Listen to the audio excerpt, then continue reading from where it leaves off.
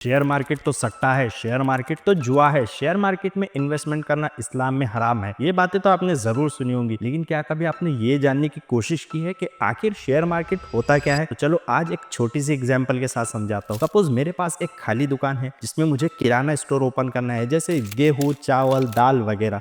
लेकिन प्रॉब्लम ये है कि ये सब माल भरने के लिए मेरे पास में पैसे ही नहीं है, तो मैं अपने किसी फ्रेंड से पैसे उधार लेके उसे दुकान की 50% हिस्सेदारी दे दूंगा, मतलब शेयर्स दे दूंगा। अब जब भी दुकान में कोई प्रॉफिट या लॉस होगा वो हम दोनों का 50-50% होगा। इसी को कहते हैं शेयर्स। अब ऐसे ही जब बड़ी बड़ी कंपनीज को अपना बिजनेस ग्रो करने के लिए पैसा चाहिए होता है, फंड्स चाहिए होते हैं, तो वो पब्लिक से पैसे लेके पब्लिक को अपने बिजनेस का, अपने कंपनी का कुछ परसेंट हिस्सा दे देती है। अब जब कभी भी उस कंपनी का प्रॉफिट होगा तो उसका कुछ परसेंट हिस्सा पब्लिक को मिलेगा।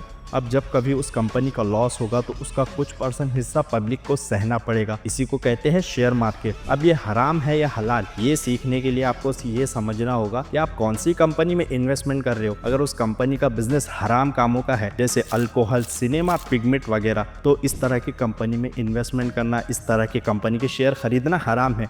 लेकिन उस कंपनी का बिजनेस हलाल कामों का है, जायज़ कामों का है, तो उलमाए दीन ने कुछ रूल्स एंड रेगुलेशंस के साथ इस तरह की कंपनी में इन्वेस्टमेंट करना जायज़ कहा है। इस्लामिक तरीके से इन्वेस्टमेंट सीखने के लिए फॉलो कर लो।